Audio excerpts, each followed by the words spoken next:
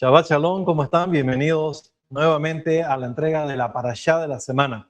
Quien les saluda, el Moré William Salas, aquí desde la congregación de Derech Emuná en Santa Cruz de la Sierra, Bolivia, pidiéndoles que nos ayuden y colaboren con esta pequeña obra, dándole like a este mensaje, pero también suscribiéndose a nuestro canal y dándole a la campanita para que así puedan estar siempre sabiendo qué momento tenemos una nueva publicación.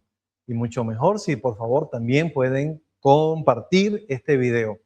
Esta semana estamos estudiando la Parashat Re'eh, el poder de nuestras decisiones. Antes de entrar a leer la Torá, daremos gracias a Hashem por esta oportunidad que nos da para estudiar su Torá. Baruch ata Adonai Eloheinu melech haolam asher kideshanu bemitzvotav vetzivanu al divrei Torah.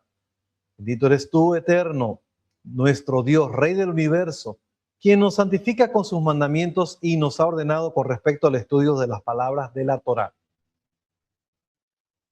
Bien, esta parashá es la porción número 47 de toda la Torá, de un total de 54 parashot, y es la cuarta del Sefer Devarim, o más conocido como el Deuteronomio. Son 126 versículos en total, ahí ven la estructura. Hay una pequeña anomalía en la tercera aliyá, pero es una pequeña variación con respecto a la ordenación de los versículos. Y es que pueden ver ahí la anotación, el capítulo 12, en las versiones cristianas, termina en el versículo 32, mientras que en las hebreas en el versículo 31 y el 1 es el 32. Bueno, pero la cuestión es que en el 14 se vuelve a nivelar. En la Haftará estamos con la tercera lectura de las Haftarot de consolación.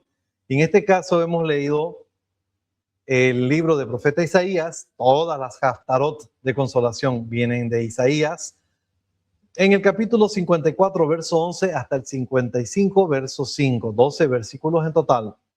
En el Brit Hadashah vamos a apoyarnos en el texto de Hechos 11, 1 al 18. Como les dije anteriormente, las semanas de consuelo, que son 7, estamos en esa etapa actualmente. Estamos en la tercera semana y se conoce como Aniyah Zoharah. Esta parashá se dirige a la comunidad como una afligida y azotada por la tempestad, prometiendo una reconstrucción con piedras preciosas y paz eterna. Bien, ¿cómo empieza la parashá? El primer versículo de la parashá dice: Re'eh anochi noten lifnechem hayom berajá uklala. Mira, yo mismo pongo delante tuyo bendición y maldición. Esto está en Deuteronomio capítulo 11, versículo 6. Hay un total de 55 mandamientos o mitzvot de la Torá en esta parashá. Es bien extenso. 17 de ellos son positivos y 38 son negativos. Ahí podemos ver del 436 al 454. Luego del 455 al 72 y finalmente hasta el 490. Son todos los preceptos que se ven en esta parashá. Bien, un resumen rápido de la parashá Re'eh. Habla acerca del libre albedrío y los dos montes. Se instruye al pueblo a proclamar las bendiciones en el monte Gerizim y las maldiciones en el monte Eibal una vez que entren a la tierra de Israel. Esto enfatiza que el destino del pueblo depende de sus propias decisiones morales.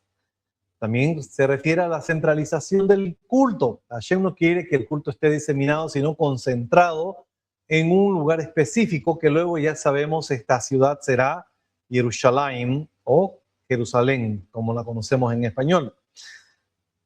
Y Dios mismo establece que los sacrificios y el servicio religioso no deben hacerse en altares privados, ni en cualquier lugar, sino únicamente en este sitio específico. También enseña acerca de los falsos profetas y la apostasía que se pueda dar en el pueblo de Israel una vez entrando a la tierra, ellos puedan conducirse de una forma que no vayan a ser desviados del servicio correcto. Habla de la ley de la Ir Nidahat, que es la ciudad que fue descarriada o corrompida. Esta ciudad tendría que ser arrasada en el territorio de Israel una vez hayan entrado. Las leyes de Kashrut, que son las de alimentación, vemos qué animales son aptos. Tenemos la palabra hebrea actual, que es la palabra kosher, o en realidad es kasher en su versión sefardí. Kosher es más ashkenazí. En la justicia social y la generosidad introduce la idea del maaser, el diezmo, y el año de la Shemitah, que se traduce como el de la remisión. Dios ordena no endurecer el corazón y ser abiertos con el prójimo necesitado mediante la caridad, conocida como la tzedakah. Y finalmente termina explicando las 3 festividades de peregrinación conocidas como Shalosh Regalim. Estas son Pesach, Shavuot y Sukkot.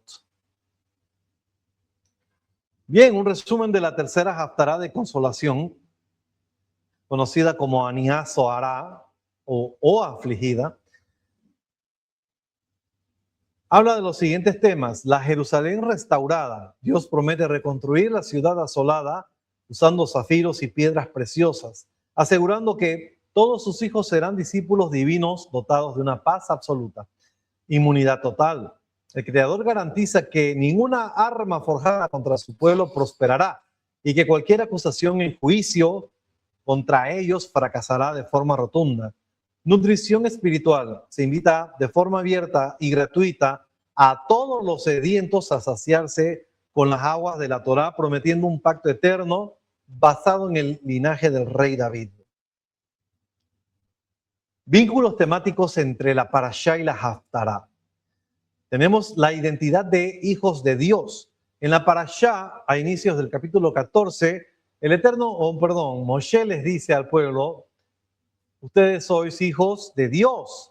Moisés le recuerda al pueblo su estatus especial y su responsabilidad moral, declarando: hijos sois de Adonai, vuestro Dios. Y en la Haftará, el profeta Isaías expande este concepto hacia el futuro, asegurando la recompensa de la rectitud. Y todos tus hijos serán discípulos de Dios, y abundante será la paz de tus hijos. También tenemos el concepto de la justicia social, conocida como tzedakah. En la parashá se detallan rigurosamente las leyes comunitarias de generosidad, como el diezmo, la ayuda obligatoria al necesitado y la liberación de deudas en el año sabático. En la Haftará se revela que la restauración definitiva de Jerusalén no se logrará por la fuerza militar, sino a través de la rectitud y la compasión. Con tzedakah, dice, serás establecida, estarás lejos de la opresión. Isaías 54:14. La elección del lugar sagrado. En la parashá varias veces se menciona que el Eterno escogerá un sitio para poner allí su nombre. Y luego ya llegamos a conocer que ese lugar es Jerusalén. En la Haftará, Dios consuela a esta misma Jerusalén, que en el momento de la profecía se encuentra destruida y asolada, describiendo cómo volverá a ser el epicentro esplendoroso del mundo, reconstruida con zafiros y piedras preciosas. Y como último punto, la recompensa espiritual frente a lo material. Dios plantea una clara dualidad en la parashá: la bendición material y la espiritual, si se siguen los mandamientos, o la maldición, si se desvían tras los deseos materiales y la idolatría. En la Haftará se hace eco de esta lección, invitando al pueblo a dejar de gastar su dinero y esfuerzo en lo que no sacia, los ídolos, el materialismo vacío, exhortándolos a acudir gratuitamente a las aguas de la Torá para obtener la verdadera bendición eterna. Muy bien, ahora vamos a ir rápidamente a aliyá por aliyá.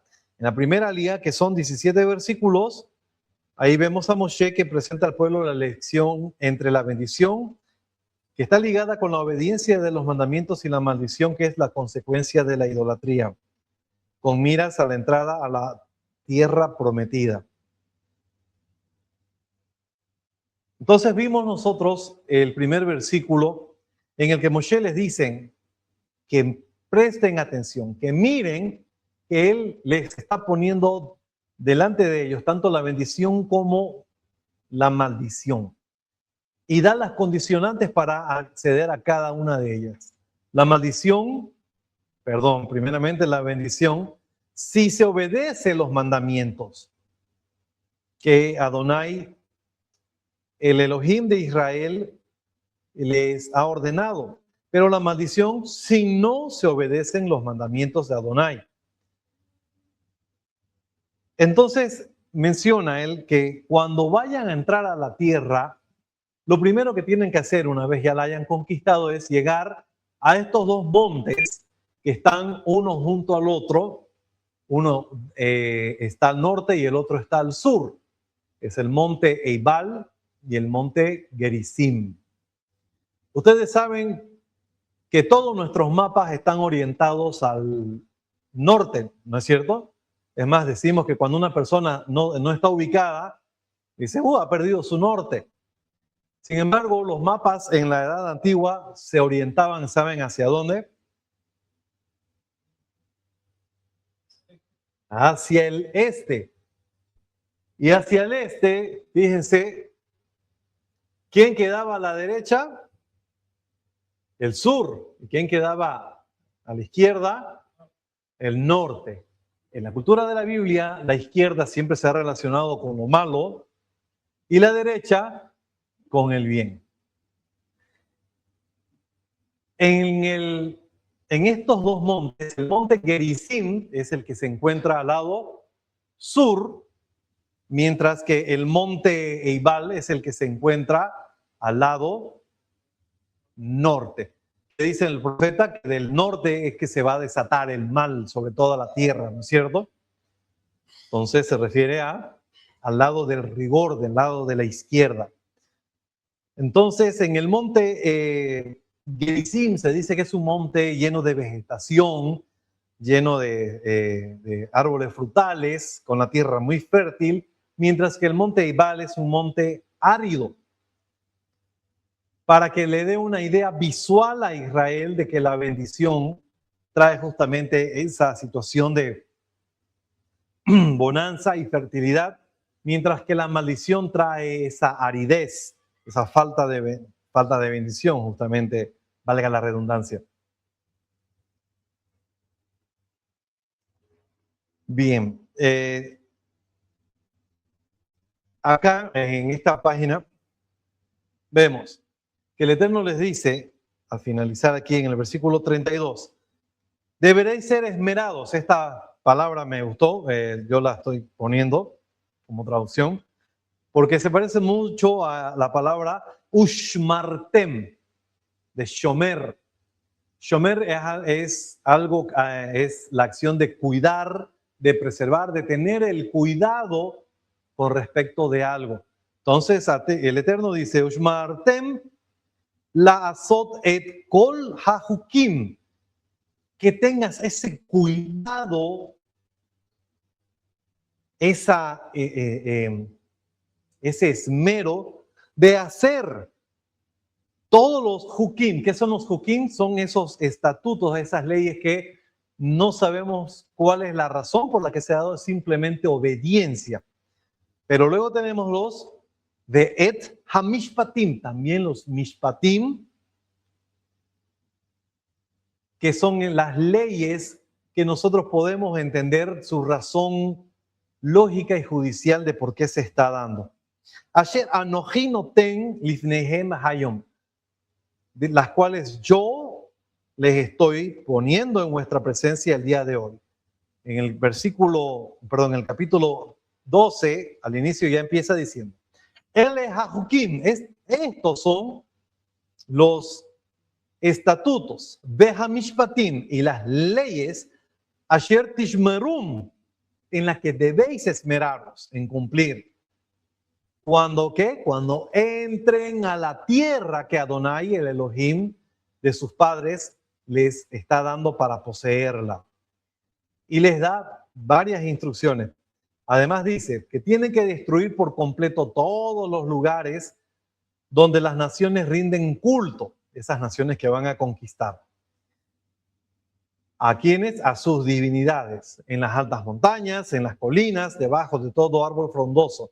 Tienen que desmantelar sus altares, tienen que ser completamente iconoclastas. No tiene que quedar nada de eso. ¿Por qué? Muchos estarán diciendo, ucha, pero es un patrimonio de la UNESCO, no pueden destruir. No, porque esto que queda le deja un gancho para que Israel pueda anexarse a estas formas de alabanza, a estas formas de servicio sagrado. Y el Eterno dice, ni siquiera a mí me vas a servir en esos altares ni de esas formas. Yo te estoy dando una forma de cómo vas a hacer el servicio sagrado. Y no lo vas a hacer como lo hacían ellos ni en esos lugares. Lo vas a deshacer todo. No me importa a mí la UNESCO ni patrimonio cultural. Todo se elimina. No quiero que te quede nada. Y esto se aplica en muchos niveles en nuestra vida. Por ejemplo, en las enfermedades. Muchas veces estamos en un tratamiento y cuando nos sentimos ya que estamos sanando, que estamos atravesando y llegando al umbral de estar sanos, dejamos todo, decimos ya no pasa nada, ya no voy a seguir tomando y de repente la enfermedad vuelve con más fuerza. Entonces no, hay que cortar por lo sano, hay que eliminar todo vestigio, todo lo que vaya a quedar y sea plausible a que nos vaya a descarriar de nuestro camino o afectar nuestra salud. Entonces el Eterno dice lo mismo, no vas a dejar nada. Y no vas a hacer tus cosas en cualquier lugar, sino vas a tener un lugar central. El versículo 6 dice, traeréis allí vuestros holocaustos, sacrificios, diezmos, ofrendas de vuestra mano, vuestros votos. O sea, cuando yo hacía un voto, un compromiso de llevar algo, tenía que cumplir y llevar a este lugar.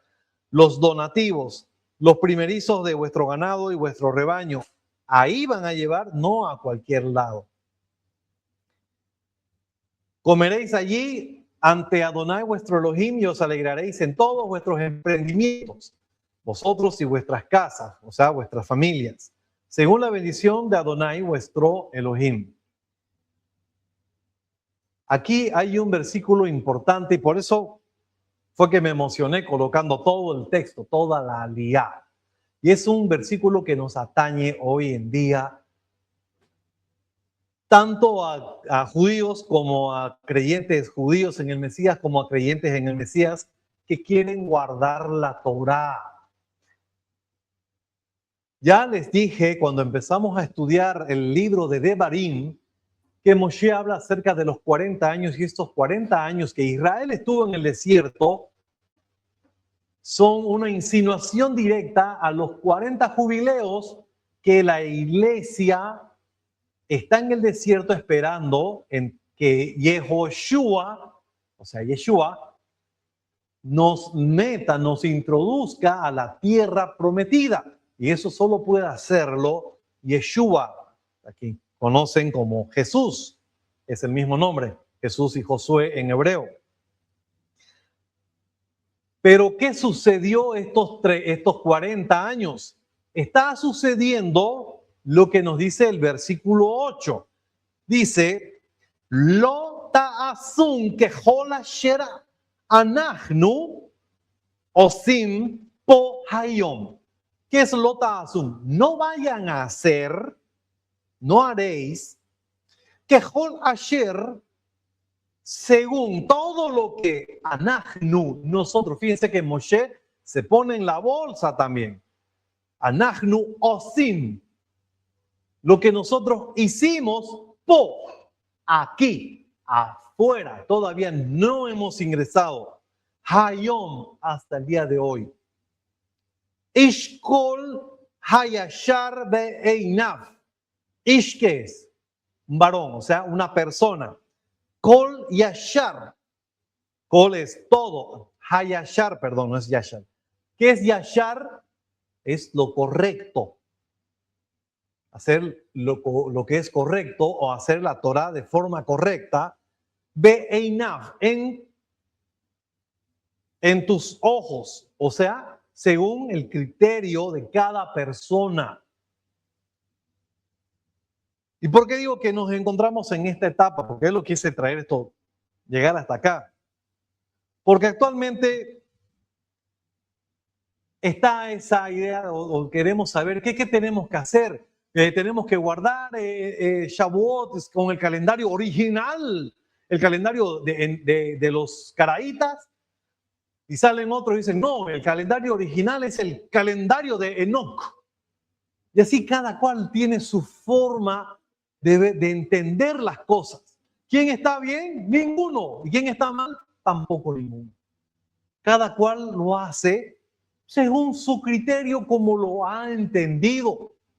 Pero Moshe dice, cuando entren, ya no va a ser según su criterio, ya no va a ser, no, pero la tradición me dice que no es tradición, aquí está la Torah y esto es.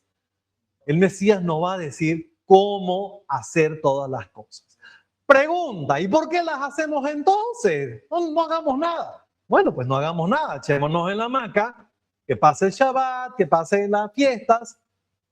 No, nosotros formamos parte de una comunidad y queremos festejar con la comunidad.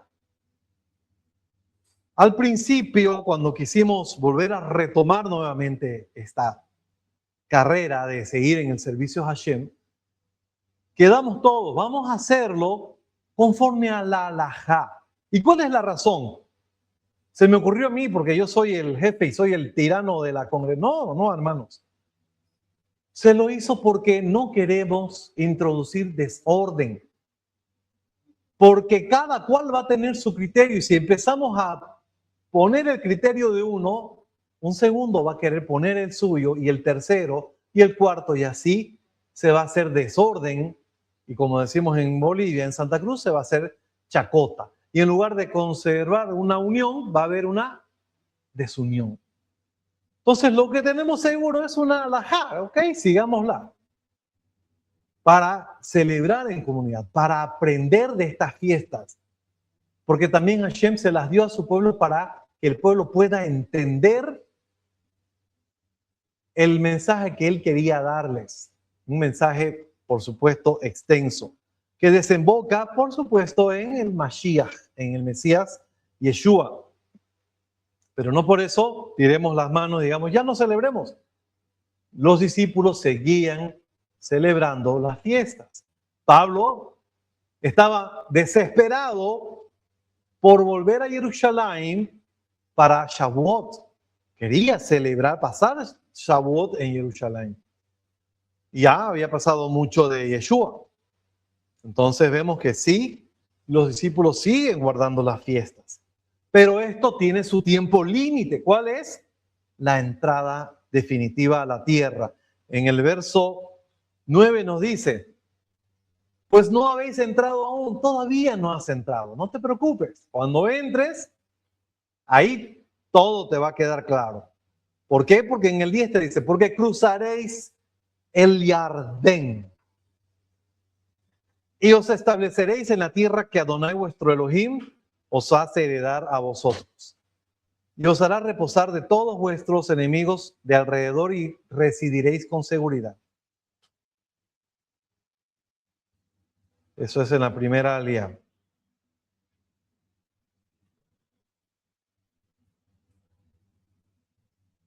Ya. La segunda alía, ¿dónde la habré borrado? En la segunda alía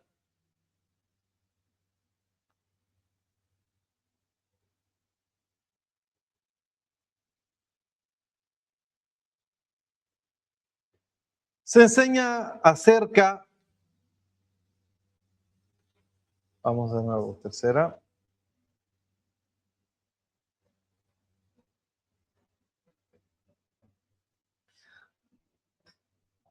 Vamos a retroceder hasta aquí.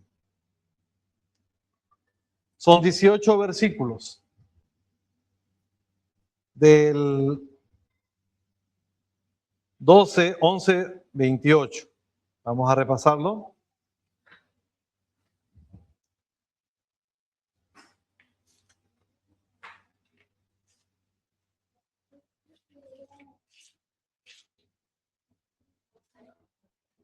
Bien. Entonces será que el lugar que Adonai, vuestro Dios, escoja para hacer habitar en él su nombre, allí llevaréis todo lo que yo os ordeno, vuestros holocaustos, vuestros sacrificios, vuestras ofrendas, vuestros diezmos. Entonces se habla del único lugar donde se le va a rendir el servicio a Hashem.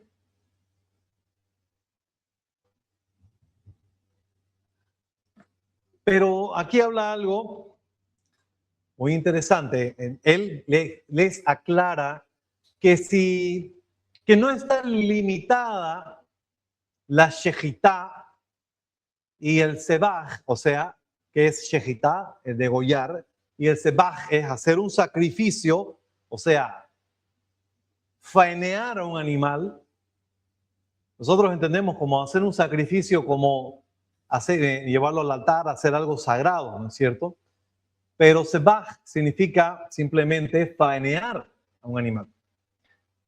Y él les explica que no es obligatorio que todo se faene en Jerusalén, porque incluso la tierra va a ensancharse, no va a quedar así.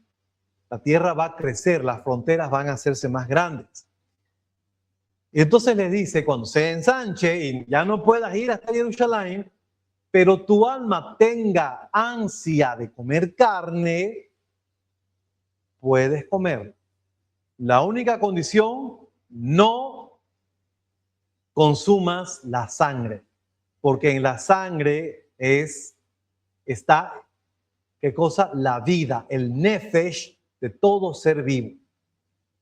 ¿Qué vas a hacer con la sangre? Tienes que degollar al animal y derramar la sangre en la tierra como si fuera agua. Solamente eso es lo que prescribe. Pero el animal que puedas comer fuera, dice, lo comerás como si fuera la gacela o el ciervo. ¿Por qué menciona estos dos animales? Porque estos dos animales no son animales de sacrificio, son animales salvajes, no son domésticos, son animales de cacería. Entonces él se refiere como un animal que has cazado, así vas a poder comer una vaca, un chivito, porque al chivo no lo vas a cazar con arco, ¿no? Y flecha. Vas y lo agarras de tu rebaño y lo degollas. Pero solo que tengas cuidado con respecto a la sangre. Pero podés comerte y darte el gusto. Y tanto el limpio como el impuro pueden comerlo. ¿Qué significa esto? En el caso de Jerusalén, las ofrendas no pueden ser comidas por las personas que están en situación de tumá. Un tamé no puede, tiene que estar tajor, limpio, para poder comer. Pero fuera de Jerusalén no hay ningún problema. Puede comer tanto el limpio como el este. Si no te has purificado todavía, puedes comer carne. En Jerusalén, no. Vamos a la tercera aliá. La tenía la segunda, pero algún dañino por ahí hizo que se borren. ¿Va? Ok, en la tercera aliá tenemos 22 versículos. Moshe prohíbe investigar o imitar las abominaciones paganas al entrar a Israel. ¿Por qué razón? Israel es una tierra muy sagrada y fue contaminada por las personas. Y que vaya a Israel, un pueblo sagrado, y se profane y contamine la tierra, la contaminación es mucho peor. Por eso se establecen advertencias severas contra la idolatría, ordenando rechazar y castigar con la muerte a los profetas falsos, aunque sean milagrosos. Hashem aquí nos indica, o Moshe, perdón, que Hashem puede permitir la aparición de profetas que puedan hacer señales y prodigios. Pero si esto te conlleva a una idolatría,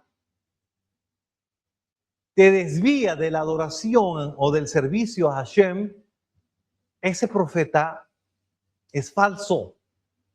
Hashem permitió que aparezca para probarte a ti. Y una vez tú identifiques a este profeta, tienes que darle muerte. En esta alía es donde tenemos el asunto de la ciudad en la que todos llegaron a escuchar la voz de la herejía y se desviaron. El Eterno le dice, tienes que inquirir diligentemente si eso es así. Y si es así, no dejarás nada. La dedicarás completamente al exterminio. En la jerga bíblica, eso tiene un nombre. ¿Cómo se llama el acto de considerar algo para botarlo y para destruirlo completamente?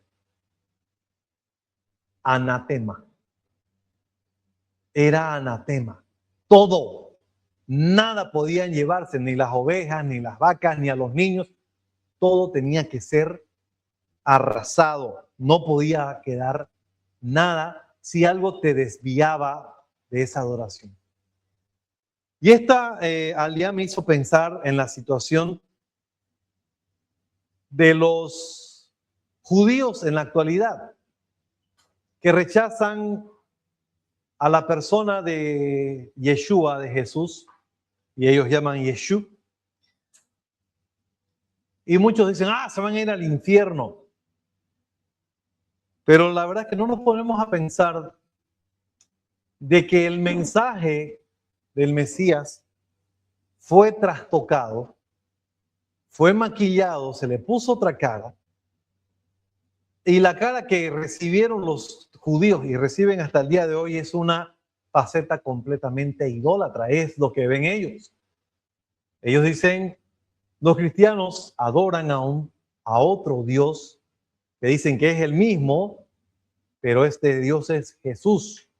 Y ellos no pueden aceptar eso. Y hay que comprenderlos porque está esta prescripción en la que si una ciudad se va desviando, toda tiene que ser eliminada. Entonces ellos quieren tener el sumo cuidado. No puedes llegar y decirle sencillamente, oye, el Mesías es divino o Yeshua es Dios, porque ellos van a considerarlo idolatría. Aunque vaya acomodado como vaya, ellos ven al movimiento cristiano, a los Netzarim o Notzrim en realidad, como idólatras. Ellos dicen, el cristianismo es sencillamente una idolatría y no la vamos a comprar ni aceptar ni regalada. ¿Por qué razón?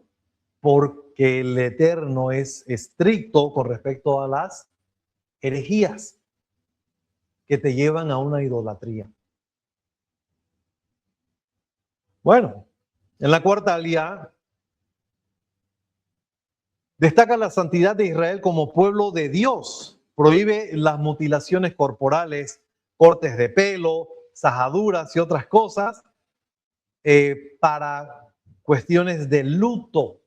No que esté mal raparse, pero hacerlo por cuestión de luto, el Eterno no lo permite, no le agrada. No tiene una razón de ser para él. Israel no podía incurrir en estas actividades. Asimismo, establece las leyes fundamentales de la alimentación kosher o kasher al detallar los mamíferos permitidos que rumian y tienen la pezuña partida en dos. En biología, estos animales mamíferos se los denomina perisodáctilos, que tienen las uñas o las pezuñas pares y terminan, bueno, en algunos casos terminan en uñas o en pezuña, perdón. Otros en uñas, como en el caso del camello, El camello no tiene pezuñas, es un perisodáctilo, pero él tiene uñas. En el caso del cerdo, es un perisodáctilo, pero él tiene la cualidad de que no rumia. Un animal que es perisodáctilo y no rumia, por ejemplo, tenemos el hipopótamo. Pero un animal que no está mencionado dentro de la lista de los 10 animales que menciona la Torá, hay una mención de 10, el buey, la cabra, la oveja, el corzo, el ibis y otras más. Hay, por ejemplo, la jirafa. La jirafa rumia y tiene las pezuñas partidas, que podría entonces comer. También habla acerca de las criaturas acuáticas, que tienen que tener aletas y escamas.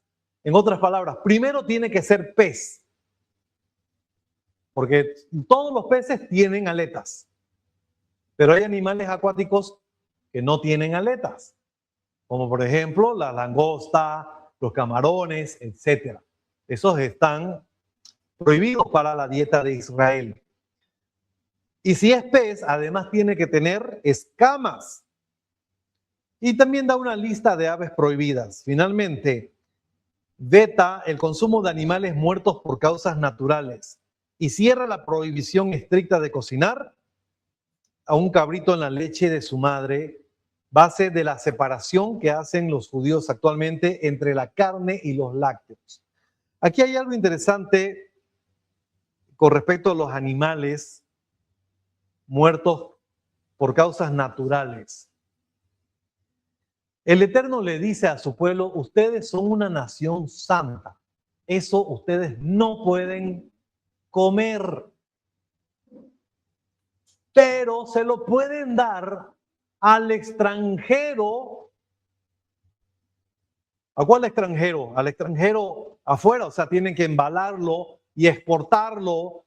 ¿A dónde? ¿A Irán? ¿A Egipto? No, dice, al extranjero que vive en tu tierra. Él puede comerlo porque la prohibición no es para él. Entonces, hermano, en el cuerpo del Mashiach, y eso lo vamos a ver al final, hay también, se le ha permitido entrar a los gentiles para ser parte del reino, pero sigue habiendo una pequeña diferencia. Hay un Israel que tiene más cercanía y luego están los que no son de Israel. Entonces, nosotros no podemos decirle al mundo que comer cerdo es pecado, porque estaríamos mintiendo, ya que la Torá no lo dice. Porque la prohibición es solamente para Israel, no es para el resto del mundo. Y en el caso de los animales mortecinos, lo mismo. Alguien de las naciones que viva en Israel no tiene la prohibición y puede comer este animal. Israel no. ¿Van siguiendo? ¿Entienden la pequeña diferencia? Entonces, si dentro del cuerpo del Mashiach tú quieres permanecer, mantener tu tradición y seguir con la instructiva que tiene tu nación, entonces no te está permitido comerlo. Porque Yeshua no ha purificado a los animales y eso lo vamos a ver enseguida. En la quinta alía, vamos a ir más rápido, se menciona acerca de los diezmos anuales y el diezmo del tercer año. Habla del Maaser Sheni, que es el segundo diezmo. ¿Cuál es el segundo diezmo? El agricultor debe apartar 10% de sus cosechas y de su ganado para consumirlo con alegría en Jerusalén. Cada 3 años tenía que hacer este apartado. Conversión en dinero. Él no podía agarrar este diezmo o perdón, no podía, si no podía llevarlo a Jerusalén, porque no podía comerlo en su ciudad, porque era muy difícil llevarlo, la logística era imposible, él tenía que venderlo. Pero Jerusalén no podía llegar con los quintos. El diezmo, hermanos, nunca fue plata, nunca fue dinero, siempre fueron productos.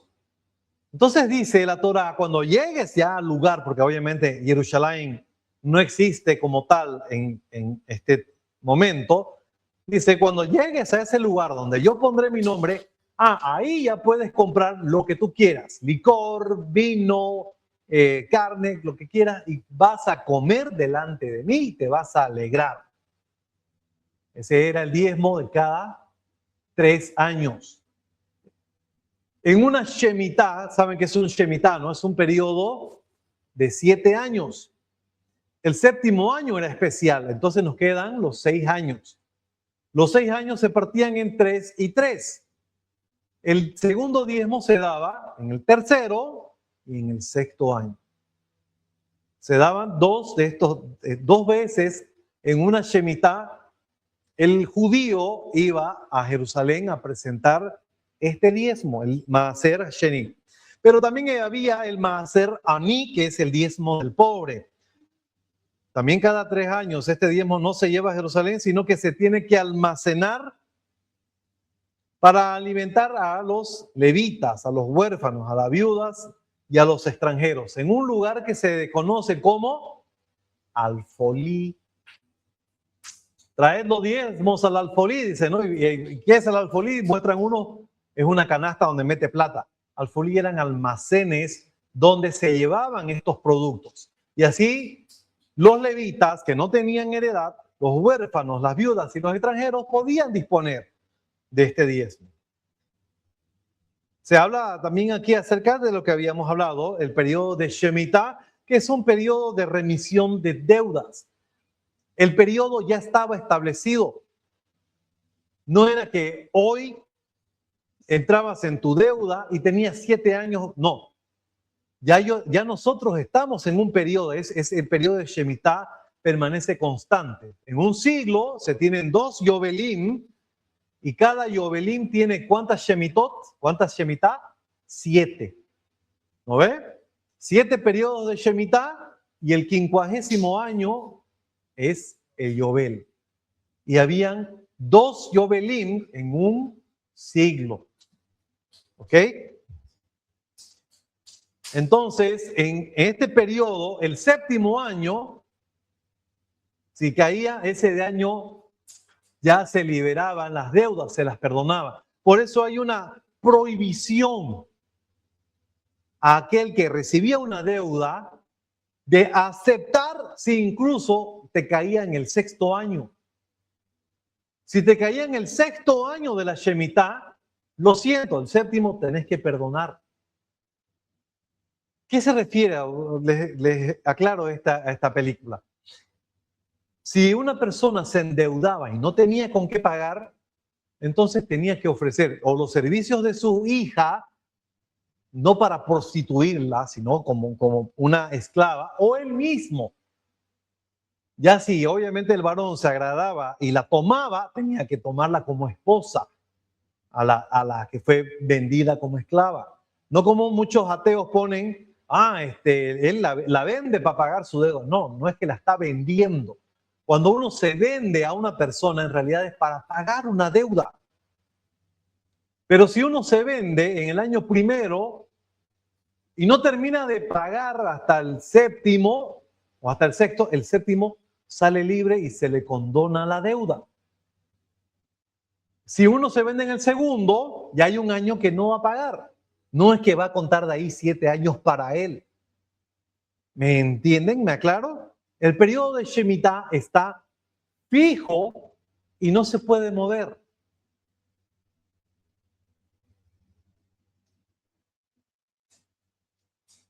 Se habla también en la quinta aliyá acerca de la caridad, más conocida como tzedaká, que es una actitud del corazón.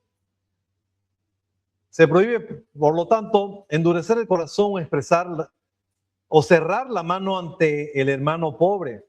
La Torá ordena abrir la mano o prestar o dar todo lo que al necesitado le haga falta, sin importar que el año de la remisión de deudas esté cerca.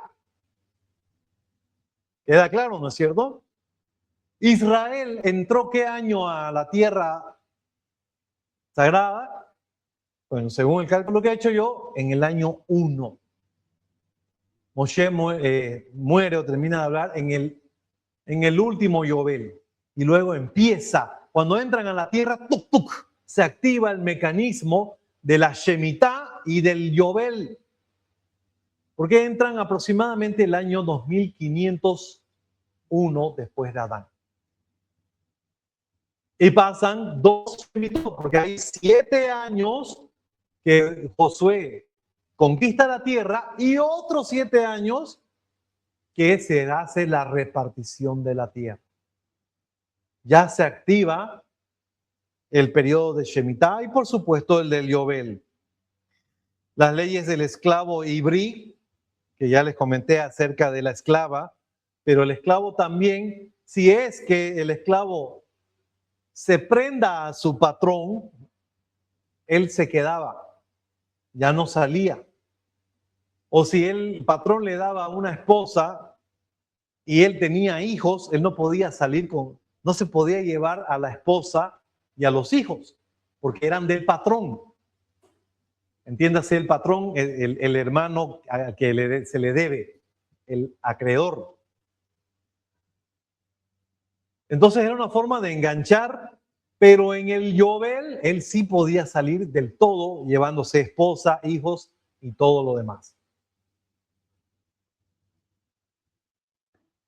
Siempre y cuando en el 7º año haya querido quedarse, decir, no, yo lo quiero a mi patrón, en realidad la quiere a la que le dio el patrón, pues, ¿no?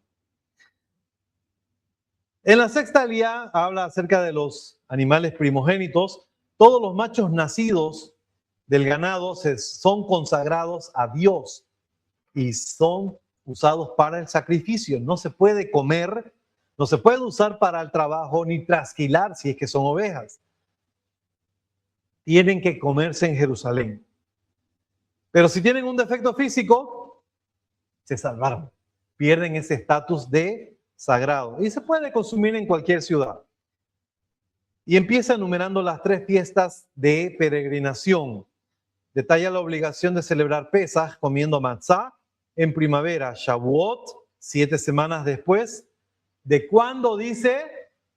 La Torah dice de que cuando metas la hoz en la tierra, no dice, no la relaciona a Pesaj, sino del evento de meter la hoz en la tierra, en la cosecha, cuando empiezan tus cosechas. Y Sukkot al terminar la cosecha. Estas 3 fechas, todo varón tiene que ascender a Jerusalén para festejar con alegría. Y para cerrar, la 7ª aliyá habla de lo último de las 3 peregrinaciones, la culminación de Sukkot, el mandamiento de que se tiene que celebrar con felicidad y la obligación de que todo varón tiene que presentarse 3 veces al año en estas fiestas. Para finalizar, no se puede ir a la fiesta con la mano vacía. Tiene que llevar siempre algo. Y de eso trata la parashá, muchos temas, pero el tema que les quiero traer hoy habla acerca de lo que le sucedió a Simón Kefa en la ciudad de Jope, que leemos en Hechos capítulo 10, y también Kefa da un reporte registrado en Hechos 11, en el que él ve, permítame un segundito, un lienzo que desciende en el cual hay una montonera de animales cuadrúpedos, de reptiles, de aves de toda clase, y esto está agarrado como el talit ahora, ¿no es cierto? El talit se lo agarra de las 4 puntas, igual esto está agarrado de los 4 extremos, y le da una orden y les dice, Pedro, levántate, mata y come. Y Pedro le dice, nunca ha entrado en mi boca algo común o inmundo. Y la voz del cielo le dice, no llames común, no llames impuro al que ha sido limpiado por el Señor. Esto sucedió 3 veces, dándole a indicar que iba a recibir 3 mensajeros. De forma paralela, un extranjero que vivía en la tierra de Israel, un centurión, que era un goy, era un gentil, pero que estaba muy apegado a la nación de Israel, al punto que asistía a sus servicios, daba sedacá, daba ofrendas, oraba mucho y oraba en los horarios establecidos, porque se dice que él estaba orando en la hora novena. ¿Qué oración es esa? Es la minjá. Cornelio estaba orando en el horario de la minjá, a la hora novena, a las 3 de la tarde. Cuando él recibió un mensaje, o un mensajero, un ángel, y le dice, tus oraciones han sido escuchadas y tu sedacá, fíjense cómo está relacionado con lo que hablaba acerca de la sedacá. Todas tus contribuciones, tu sedacá, han sido consideradas delante de Hashem. Entonces, envía a Jope, ahora conocida como Yafó, una ciudad que está cerca de Tel Aviv, Yafó, dicen incluso, ¿no? Envió a Simón, a llamar a Simón Kefa, que estaba en la casa de un tocayo, otro Simón, y está orando. Dice, hazlo traer. Entonces Pedro está orando y siente hambre y recibe esta visión. Y él queda pensando, ¿qué querrá? Y nos pone a pensar, ¿pero qué Jesús no había dicho que había hecho puros todos los alimentos? ¿Por qué Pedro sigue siendo un rebelde judío? Porque Yeshua nunca dijo eso. Nunca dijo, ok, ahora todos pueden comer chancho, todos pueden comer llama, porque yo lo estoy limpiando todo. Pedro sigue pensando en qué, de qué tratan estos animales. Cuando llegan los 3 mensajeros, relaciona 3 mensajeros, trata de estos paganos, de los animales impuros. ¿Y por qué él recibe esta visión previa? Porque hasta ese día Pedro jamás habría entrado a la casa de un gentil. Nunca. Y los judíos ortodoxos hasta el día de hoy no lo hacen. ¿Por qué razón? Porque en la casa de un gentil pudo haber habido idolatría, pudo haber habido muchas cosas. Peor sentarse a comer. Porque por ahí el plato en el que te está sirviendo un bife, ayer esa persona comió una torta 3 leches. Y ya el utensilio para el judío quedó reprobado. Tiene que hacer tevilá, tiene que bautizarse el plato, ¿sabían ustedes, no? O por último, botarse. Porque ya fue contaminado. Entonces, el Señor preparó a Pedro y le dice, vas a entrar a esta casa. ¿Por qué? Porque yo también estoy limpiando a los gentiles para que entren al reino. Y por eso Pedro entró con toda confianza a la casa de Cornelio, y se puso a exponerles la visión y luego empieza a hablarles de Yeshua. Y el Espíritu les da un pequeño empuje. ¿Cuál es ese pequeño empuje? Les permite hablar hebreo.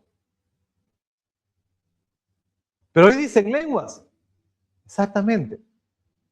No en diversas lenguas, como sucedió en Pentecostés unos 7 años atrás, sino que empiezan a hablar en lenguas y empezaron a alabar a Dios. ¿Por qué razón? Porque empezaron a entender el mensaje. Ya no de una traducción de la Septuaginta, sino del hebreo mismo, de las Escrituras. Empezaron a entenderlas. Y por eso todos empezaron a ver y dijeron, no, verdaderamente aquí se ha derramado el Espíritu y se cumple lo dicho que Yeshua iba a bautizar también con el Espíritu Santo y que Dios no hace acepción de personas. No hay judíos ni gentiles. Todos entran a la bendición del reino.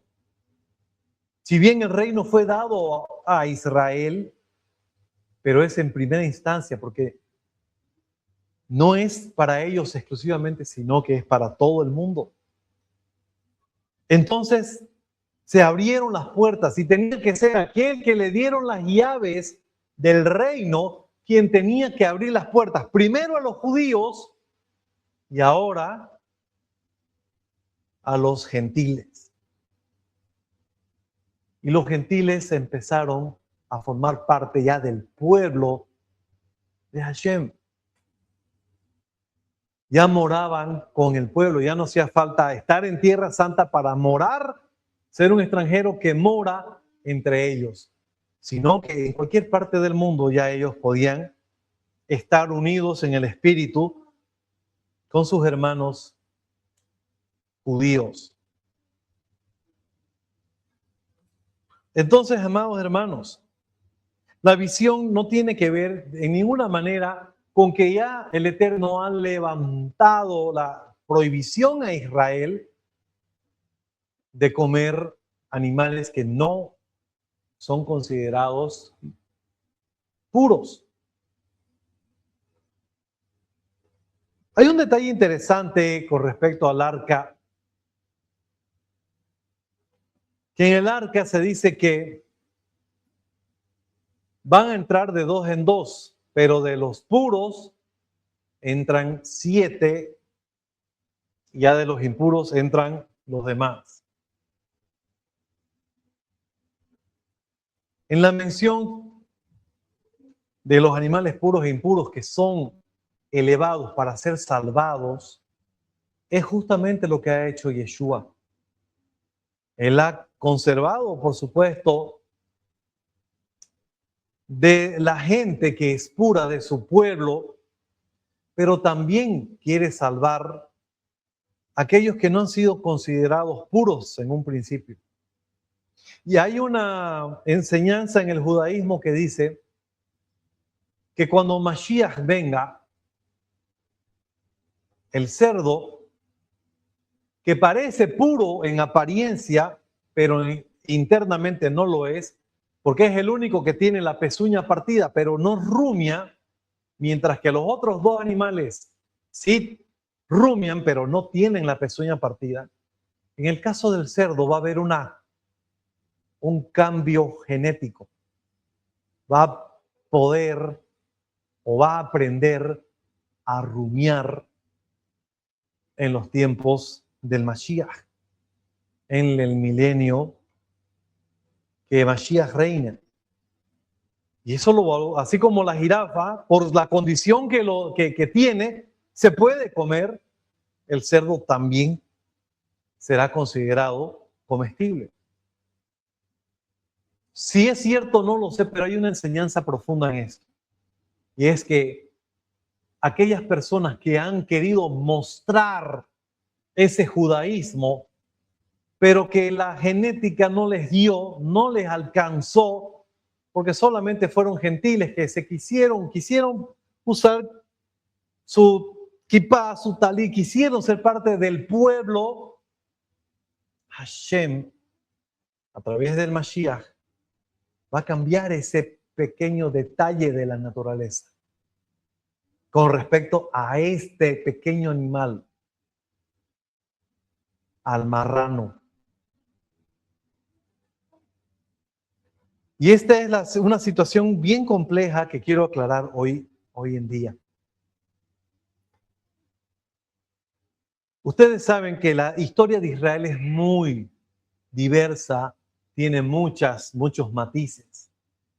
Pero la última, que tiene que ver con el exilio, tiene que ver con con los judíos de España, los sefarditas, los anusim, los marranos. Con el edicto de Alhambra, en el año 1492, los reyes católicos establecieron que no debía haber ni un judío practicando judaísmo en todo lo que era Castilla y Aragón, o sea, España. Debía o irse o convertirse. Muchos se fueron, los que no pudieron se convirtieron. Algunos no se convirtieron y fueron o expulsados o asesinados. Pero los que se convirtieron, hubieron dos grupos. Un grupo que dijo, bueno, ya de una vez, seamos cristianos. Dejemos toda tradición y más con el miedo a la Santa Inquisición, entre comillas lo digo, que se instauró. Porque el otro grupo era aquel grupo que dijo, ok, soy cristiano, guiño, guiño, los sábados en la noche o los viernes en la noche, se entraban a los sótanos, cerraban todo, prendían velas y empezó la iglesia a inquirir quién hacía esto o no. Por eso se llama Inquisición. Inquisición no significa tortura, aunque en la Inquisición se torturó a mucha gente. Empezaron a inquirir quién se convirtió de verdad y quién fue un criptojudío. Entonces, todos estos judíos, y especialmente los criptojudíos, fueron denominados por los españoles marranos. Entre el pueblo en el pueblo judío, o sea, se los conoce como los forzados, los anusim. Y hoy en Latinoamérica hay muchas personas que son Bnei Anusim, son hijos de estos que fueron forzados. Entonces, en el caso de mi persona, quien les habla, yo soy uno de esos marranos que ha descubierto esa raíz judía que quedó completamente olvidada, que se puso a un lado y simplemente lo quiero volver a retomar.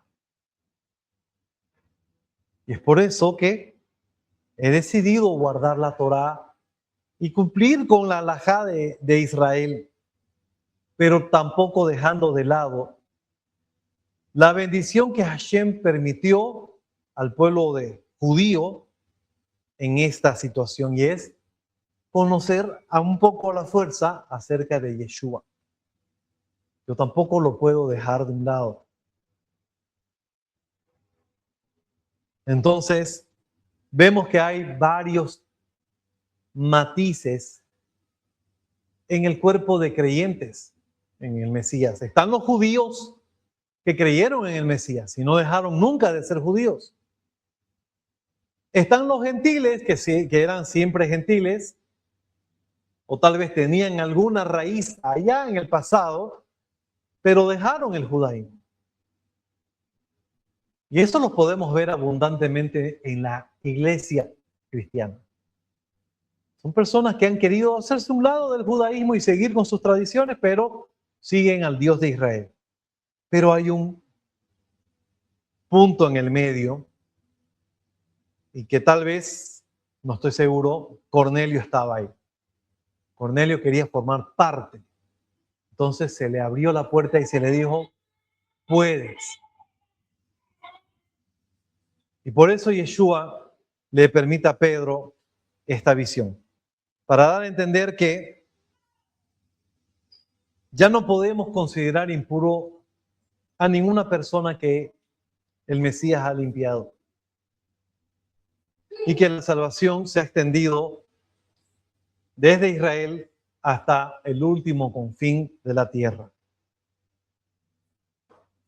Y eso, mis queridos hermanos, quería hablarles hoy en día. Bueno, hay muchas otras cosas más, pero por falta de tiempo ya no las tocamos, pero si Hashem lo permite, Vamos a continuar hablando de estos y más temas. La Torá tiene 70 caras y seguramente tiene más aún. Se puede hablar de mucho en una simple aliyá. Pero bueno, nosotros, si Hashem lo permite, estaremos la siguiente semana nuevamente conectados, aprendiendo un poco más acerca de la Torá en la parashá que nos toca. Pero mientras tanto, es mi deseo que esta semana sea llena de bendiciones, que Hashem les conceda paz y les conceda la parnasá, pero por sobre todo salud y seguridad hasta el siguiente Shabbat. Se despide de ustedes el Moré William Salas desde la congregación Derech Emuná aquí en Santa Cruz de la Sierra, Bolivia, volviéndoles a recordar que le den like, que se suscriban, le den a la campanita y finalmente que compartan este video. Shalom, Shavua Tov y Kol Tuv, amados hermanos.